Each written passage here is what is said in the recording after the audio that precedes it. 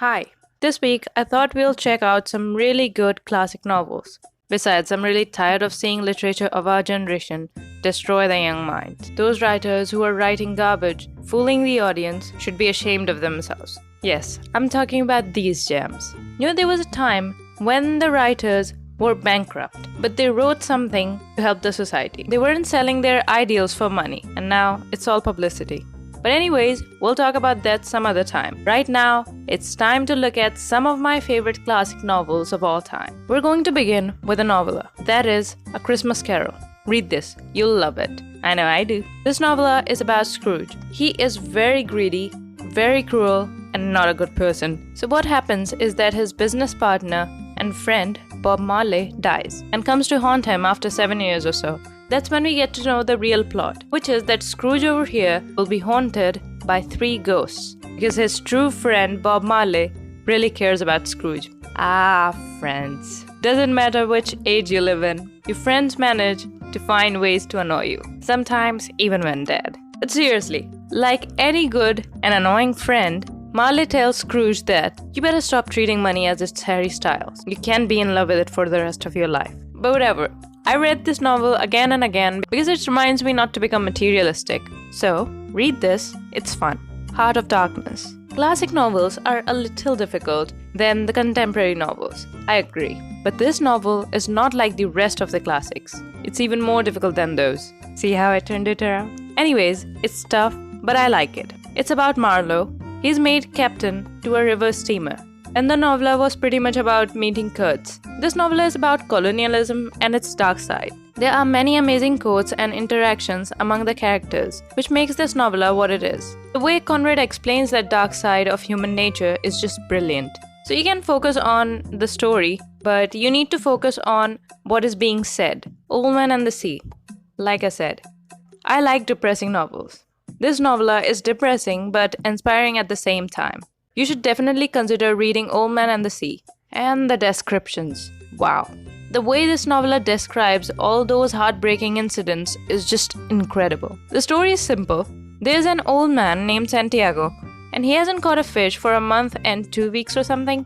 So because of this, all the fishermen think of him as a loose cannon. But the old man is adamant on proving them wrong. Now, will he prove them wrong? Read and find out. I honestly feel that there were moments in this novel where I was like, but then it makes sense because life is full of struggles. Read it, you'll find it interesting. Lord of the Flies. Again, I know it's really depressing. I think this novel was the only novel which got me upset just after reading the first chapter. Still, this novel is amazing. It's just so realistic.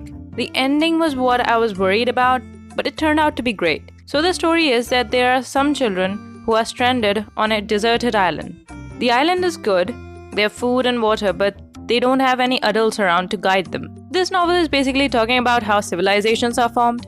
One more thing which I absolutely love about Lord of the Flies is that it shows that humans are attracted to evil very easily. But staying good and standing for what's right is very, very difficult, but important. The Time Machine. Actually, The Time Machine was the first classic novel I ever read. So I don't even remember if I actually understood any part of it, but now I feel that the novel is so accurate. I read it again a few years back, but don't remember the story. I just love how the world is divided into 2 groups in the novel. So what I learned from this book is that it doesn't matter which age you belong to. There is always going to be some sort of division. There shouldn't be, but sadly, we don't live in a perfect world. Still, this doesn't mean that we shouldn't try to create equality among masses. I can't exactly give you insights about this novel because, like I said, I don't remember much about this book. So, read it yourself and hopefully you'll like it. Don Quixote. This book is the only book on the list which is funny. So what happens in this novel is that there is a guy named Don Quixote and he reads a lot of novels about knights and their adventures. So he kind of loses his mind and starts believing that that is how real life works. I hope you know which novels I'm referring to. So whatever he had learned from those romance novels, he applies that in real life and that goes just as you'd expect. Okay, let's use an example. Imagine having Harden around you for the rest of your life, throwing tantrums and turning the simplest things into issues. I mean, it's fine if you're reading After and books like After, but when you read books like that too much, you'll start to think like that. I'm not saying that romance novels are bad or anything, but what I'm saying is, do not blindly believe everything you read or hear about love. Critically analyze things. Just because you're reading something in a book or some really famous and successful person says something to you, do not blindly believe it. Research on that topic if you don't know about it, but develop your own opinion about that topic. So this is what Don Quixote is about. It's about what happens when you believe everything you see or read. No one is 100% correct or no one is 100% wrong. So just do your research and then reach to a conclusion. As we saw in the case of the After series, many people were happy with that novel. Okay, I get it. They like it. It's fun. I mean, a girl becoming part of a bed and falling in love with a guy who doesn't care about her. I get it.